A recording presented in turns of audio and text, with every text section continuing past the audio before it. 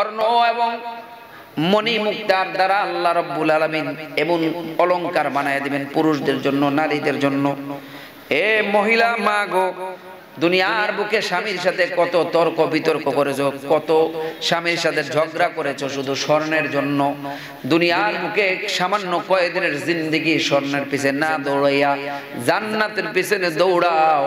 স্বামীকে সন্তুষ্ট রাখো, কিয়ামতের ময়দানে আল্লাহ জান্নাতের চুড়ি তোমারে পরাইয়া দিবে। জান্নাতের পোশাকগুলি কেমন হবে আল্লাহ রাব্বুল আলামিন সূরা কাহফের 31 নম্বর আয়াতে আল্লাহ বলেন, ওয়ায়ালবাসুনা সিয়াবা খুদরা, প্রত্যেকটা জান্নাতি মানুষকে আল্লাহ রাব্বুল আলামিন সবুজ পোশাক পরাইয়া আল্লাহ জান্নাতে দিয়া দিবে।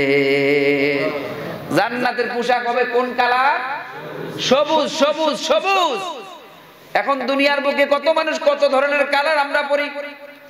কেউ লাল পছন্দ, কেউ নীল পছন্দ, কেউ সবুজ পছন্দ, কেউ সাদা পছন্দ। আল্লাহর নবী বিশ্ব নবীর রহমাতুল লিল আলামিন বলে আল্লাহ রাব্বুল আলামিনের প্রিয় কালার হইল সাদা। অতএব উম্মত, দুনিয়ার বুকে তোমরা সাদা পরো, আর জান্নাতের মধ্যে আল্লাহ তোমাদের জন্য সবুজ পোশাক পরাই আল্লাহ জান্নাতে পৌঁছায়া দিবে। এ মায়ের নবীর উম্মত, জান্নাতের মাটি কেমন হবে জানেন? হাদিস শরীফের মধ্যে আছে জান্নাতের মাটি হবে ঘ্রাণযুক্ত সাদা কালারের মাটি। আল্লাহু আকবার বলেন। জান্নাতের মাটি কোন কালার হবে? সাদা কালার, সাদা কালার। কারণ আল্লাহর কাছে সবচেয়ে প্রিয় কালারের নাম হলো সাদা। আলবাসু মিন সিয়াবিকুমুল বায়াজ। আল্লাহর নবী বিশ্ব নবী রহমাতুল লিল আলামিন বলে উম্মত, তোমরা সাদা পোশাক পরো। সাদা পোশাক হলো আল্লাহর প্রিয়। আল্লাহর রং হইল সবচেয়ে প্রিয় রং। দুনিয়ার বুকে যত কয় হাজার কালার আছে, এর মধ্যে শ্রেষ্ঠ কালারের নাম হইল সাদা। সিবগাতাল্লাহ ওয়া মান আহসানু মিনাল্লাহি সিবগা ওয়া নাহনু লাহু আবিদুন।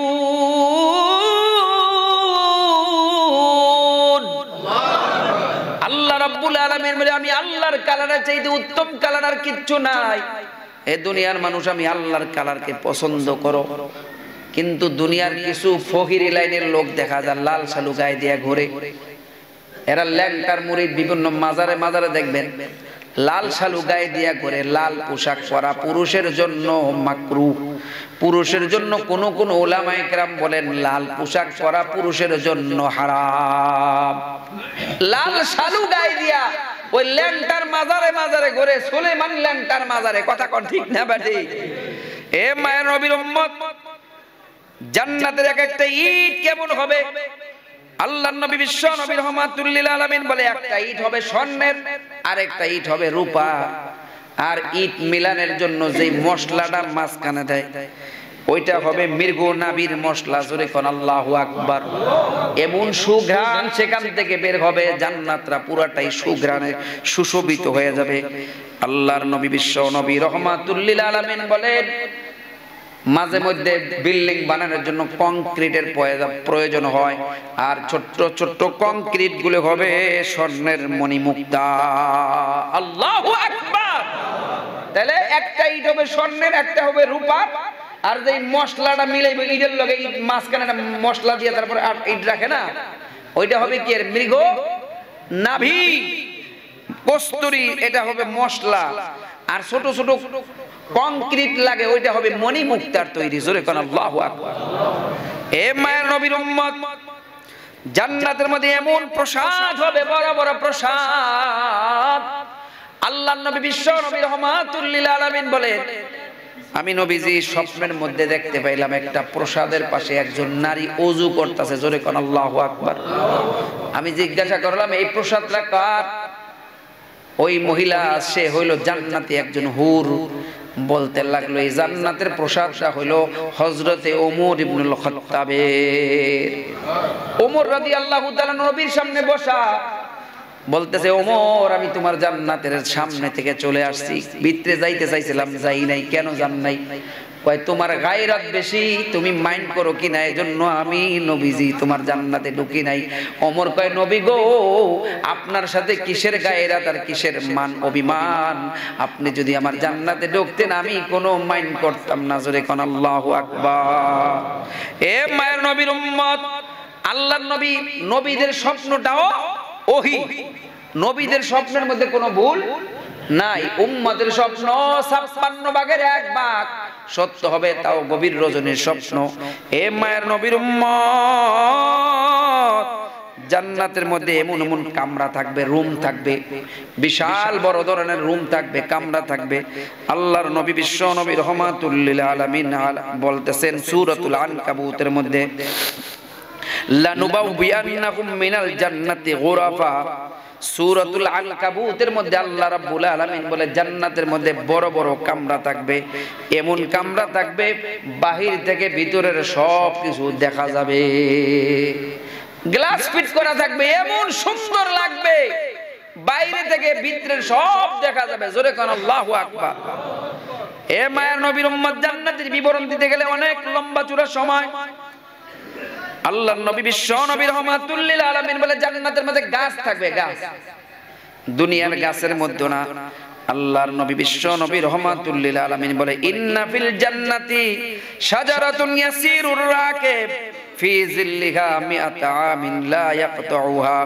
আল্লাহর নবী বিশ্ব নবী রহমাতুল লিল আলামিন বলে জান্নাতের মধ্যে এমন গাছ হবে যেই গাছ তার মধ্যে 100 বছর পর্যন্ত যদি একটা তেজি ঘোড়া দৌড়ায় তারপরে তার ছায়া অতিক্রম করতে পারবে না।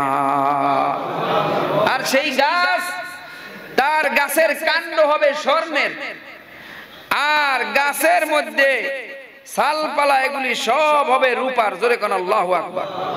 নবী আলাইহিস সালাতু ওয়াস সালাম বলে দুনিয়ার মানুষেরা ভালো করে লক্ষ্য করো, যদি কোন আল্লাহর বান্দা দুনিয়ার বুকে সুবহানাল্লাহি ওয়া বিহামদিহি বলে, সুবহানাল্লাহি ওয়া বিহামদিহি বলেন, সুবহানাল্লাহি ওয়া বিহামদিহি, আল্লাহ রাব্বুল আলামিন তার জন্য জান্নাতের মধ্যে একটা খেজুর গাছ লাগাইয়া দিবে। জোরে কোন সুবহানাল্লাহ। খেজুর গাছ, খেজুর গাছ, আল্লাহু আকবার। এ মায়ের নবীর উম্মত, আরেক riwayat-এর মধ্যে সুবহানাল্লাহ, আলহামদুলিল্লাহ, লা ইলাহা ইল্লাল্লাহু, আল্লাহু আকবার, এইটা পড়তে দেরি 4টা গাছ হইতে দেরি নাই। জোরে কর আল্লাহ। জান্নাতের মধ্যে আল্লাহ রাব্বুল আলামিন এমন বড় বড় গাছ আমাদের জন্য দিবে, 100 বছর পর্যন্ত যদি কোন তেজি ঘোড়া দৌড়ায়, দৌড়াইতে দৌড়াইতে ঘোড়া হাঁপায়া ফেলবে, 100 বছর দৌড়াইতে পারবে, জান্নাতের ছায়া কোনোদিন অতিক্রম করতে পারবে না। জীবনের প্রথম যখন তাবলীগ জামাতে গেছি, জান্নাতের বিবরণ শুনলাম তাবলীগ জামাতে। এরা যখন এই কথা বলতেছে 100 বছর ঘোড়া দৌড়াইব, তারপরে শেষ হবে না। কিছু কিছু আহলে হাদিস ভাইয়েরা এরা কয় এই হাদিসের রেফারেন্স গলত এবং ভুল, কিন্তু হাদিস পড়ে দেখলাম এই হাদিসের সনদ সহিহ। জোরে কোন সুবহানাল্লাহ। এ মায়ের নবীর উম্মত, জান্নাতের মধ্যে তাবু থাকবে, তাবু। হাদিস শরীফের মধ্যে আসছে জান্নাতের মধ্যে 60 মাইল লম্বা থাকবে তাবুর লম্বার দৌরত্ব। জোরে কোন আল্লাহু আকবার। এর মাঝে মাঝে খুঁটি থাকবে, প্রত্যেকটা খুঁটির মধ্যে একজন করে জান্নাতি হুর থাকবে, আর তাদের মধ্যে থেকে আলো ঝলমল ঝলমল করতে থাকবে। এ মায়ের নবীর উম্মত, জান্নাতের মধ্যে 4টা বাগান থাকবে। কয়টা বাগান? ভালো করে লক্ষ্য করুন ও মায়ের নবীর উম্মত। এই দুনিয়ার নাপাক জায়গার জন্য আমরা কত পাগল, অথচ জান্নাতের মধ্যে এত নিয়ামত আল্লাহ রাব্বুল আলামিন আমাদের জন্য রাইখা দিয়েছেন। একটু জান্নাতের কাজ আমরা করে যেন জান্নাতে যাইতে হবে, আল্লাহ তৌফিক দান করুন। জোরে বলেন আল্লাহুম্মা আমিন। আল্লাহর নবী বিশ্ব নবী রহমাতুল লিল আলামিন বলে ইন্না ফিল জান্নাতি জান্নাতান, জান্নাতের মধ্যে দুইটা দুইটা করে বাগান হবে, এখানে দুইটা বাগান, ওখানে দুইটা বাগান। জান্নাত অর্থই বাগান, আবার সেই বাগানের মধ্যে হবে দুইটা বাগান। আল্লাহু আকবার বলেন। দুইটা বাগান হবে স্বর্ণের, আর দুইটা বাগান হবে রূপার। জান্নাতের বাগান যেটা স্বর্ণের হবে ওইটার মধ্যে প্রজাপতি উড়বে, স্বর্ণের প্রজাপতি। আল্লাহু আকবার। রূপার বাগানের মধ্যে রূপার প্রজাপতি গুলি উঠতে থাকবে। এ মায়ের নবীর উম্মত, জান্নাতের মধ্যে প্রথম খাদ্য কি হবে জানেন নাকি? জান্নাতের মধ্যে প্রথম খাদ্য কি হবে এই ব্যাপারে একটা হাদিস আপনাদেরকে শোনায়া যায়। আল্লাহর নবী বিশ্ব নবী রহমাতুল লিল আলামিনের একজন সাহাবী, তার নাম হলো আব্দুল্লাহ ইবনে সালাম। উনি ইহুদিদের বড় আলেম ছিলেন। মদিনাতুল মুনাওয়ারার মধ্যে নবীজি আসবে আসবে ভাব এইটা উনি জানলেন। নবীজি মক্কা থেকে মদিনায় হিজরত করে আসবে। উনি বলতে লাগলেন, মদিনায় নবীজি আসলে নবীকে তিনটা প্রশ্ন করব, যদি তিনটা প্রশ্নের জবাব দিতে পারে তাইলে বুঝবো সে হলো আসল নবী, আর যদি জবাব দিতে না পারে তাহলে সে হলো নকল নবী। আব্দুল্লাহ ইবনে সালাম ইহুদিদের বিখ্যাত আলেম। নবীজি যখন মদিনাতুল মুনাওয়ারাতে আসলেন, আব্দুল্লাহ ইবনে সালাম রাদিয়াল্লাহু তাআলা আনহু তখনও মুসলমান হয় নাই, পরবর্তীতে মুসলমান হয়েছে। তিনি বলতেছে, ও নবী, তিনটা প্রশ্নের উত্তর যদি আপনি দিতে পারেন আমি আপনার হাতে কালিমা পড়ে মুসলমান হয়ে যাব। জোরে কোন সুবহানাল্লাহ। এক নম্বর, কিয়ামতের বড় প্রথম আলামত কি? কিয়ামতের বড় আলামত হলো 10টা, এর মধ্যে এক নম্বরটা কি বলতে যদি পারেন তাইলে আমি আপনার কাছে কালিমা পড়ে মুসলমান হয়ে যাব। 2 নম্বর, জান্নাতের কোন খাবারটা সর্বপ্রথম জান্নাতীদেরকে খাওয়ানো হবে। 3 নম্বর, সন্তান কেন বাবা এবং মায়ের আকৃতি পায়। এই প্রশ্ন করার পরে হযরতে রাসূল আকরাম সাল্লাল্লাহু আলাইহি ওয়াসাল্লাম বলেন, এই মাত্র হযরতে জিবরাইল আইসা আমার কানে কানে 3টা প্রশ্নের জবাব দিয়ে গেলেন। জোরে কোন সুবহানাল্লাহ। আল্লাহ রাব্বুল আলামিন যতক্ষণ পর্যন্ত নবীর কাছে ওহী না পাঠান ততক্ষণ নবী নিজের পক্ষ থেকে একটা কথাও তিনি বলেন না। মুহাম্মদ হারগিজ না গুফতাতা না গুফতা জিবরাইল, জিবরাইল হারগিজ না গুফতাতা না গুফতা রব জলিল। 1 নম্বর, আল্লাহর নবী বলতেছেন, 1 নম্বর, পূর্ব দিগন্ত থেকে পশ্চিম দিকে মানুষগুলি আগুন দিয়ে হাঁকায়া নেওয়া হবে। কিয়ামতের বড় আলামতের 1 নম্বর আলামতের পূর্ব দিক থেকে একটা আগুন, বিশাল বড় একটা অগ্নিকুণ্ড মানুষগুলিকে পিছন থেকে হাঁকাইবে, দৌড়াইবে। দৌড়াইতে দৌড়াইতে মানুষগুলি সব পশ্চিম দিকে নিয়ে জমা করবে।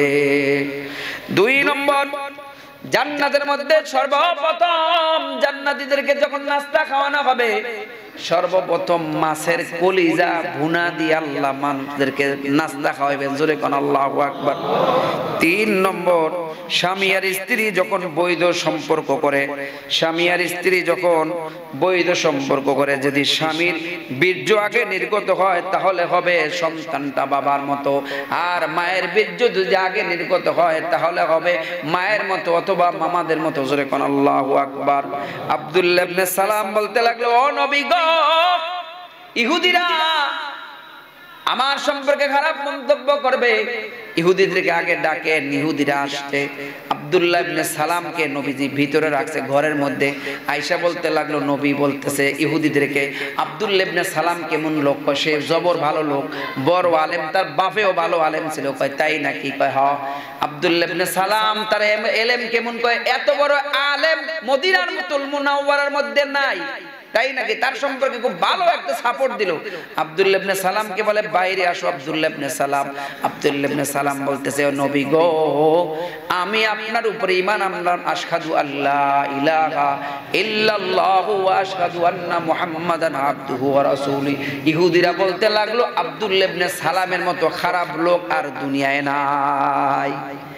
একই লোক, এতদিন ছিলাম বালা, সামান্য একটা কথা কওয়ার কারণে ইমাম সাহেব বালানা হুজুর সুদের বিরুদ্ধে ওয়াজ করে ফেলেছে। কথা কোন ঠিক না? এমন একটা ব্যাপার, সভাপতি সুদ খায়, সেক্রেটারি ঘুষ খায়, ইমাম সাহেব খুব সুন্দর বয়ান করে, কোরআন হাদিসের রেফারেন্স দিয়ে বয়ান করে, সামান্য একটু 19 থেকে 20 থেকে হুজুর পাল্টাও, হুজুর চলবে না। কথা কোন ঠিক না? ঠিক এই আব্দুল্লাহ ইবনে সালামের ব্যাপারে একই অবস্থা হইল। ইহুদিরা বলতে লাগলো, সেও খারাপ, তার বাপেও খারাপ ছিল। জোরে কোন নাউজুবিল্লাহ।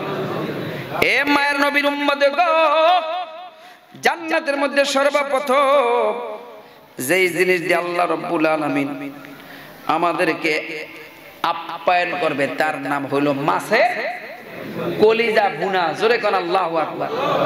আমরা তো ছোট ছোট মাছের কলিজা খাইও না, ফালায় দিই অনেক সময়। ডিম খাই কিন্তু কলিজা অনেক সময় খাওয়া হয় না। যাই হোক মেরে ভাই আর দোস্ত বুজুর্গ, আল্লাহর নবী বিশ্ব নবী রহমাতুল লিল আলামিন জান্নাতের বর্ণনা দিতে গেলে অনেক সময় চলে যাবে, অনেক লম্বা চূড়া কথা। এ মায়ের নবীর উম্মত এখানেই থাক, যেহেতু সময় পার হয়ে গেছে। আপনারাও জান্নাতের কথা শুনতে শুনতে আপনারাও মানে কেমন যেন দুনিয়ায় নাই, আমরা সবাই জান্নাতে চলে গেছি। কথা কন ঠিক না বেঠিক? সবাই আল্লাহর কাছে একটা দোয়া করেন, আল্লাহ আপনি আমাদেরকে জান্নাতের মেহমান বানাই দেন। জোরে কোন আল্লাহুম্মা আমিন। আল্লাহর কাছে চাইলে আল্লাহ দিতে রাজি। কথা কন ঠিক না? বান্দার গুনাহ হইলে তওবা করলে আল্লাহ মাফ করে দিবে, শুধু শিরিক গুনাহ। আমরা তো শিরিক গুনাহ করি না। কথা কন ঠিক না বেঠিক? আসুন আমরা আল্লাহর কাছে তওবা করে আস্তাগফিরুল্লাহ, আল্লাহ তুমি আমাদের গুনাহ মাফ করিয়া দাও, আল্লাহ তুমি আমাদেরকে জান্নাতের মেহমান বানাইয়া দাও। আয় আল্লাহ ভুল ত্রুটি হইতেই পারে, বনি আদমের ভুল হইলে বা বনি আদম স্বীকার করে, এটা হলো বনি আদমের খাসলত। ভুল হইতেই পারে কিন্তু শয়তানের ভুল হইলে শয়তান স্বীকারও করে না, ক্ষমাও চায় না। আমরা বনি আদম গুনাহ করে ফেলেছি, 40 বছর 50 বছর যাবত গুনাহ করে ফেলেছি। আল্লাহর কাছে খাঁটি দিলে তওবা করলে আল্লাহ আমাদের জিন্দেগির গুনাহগুলি মাফ করে দিবে।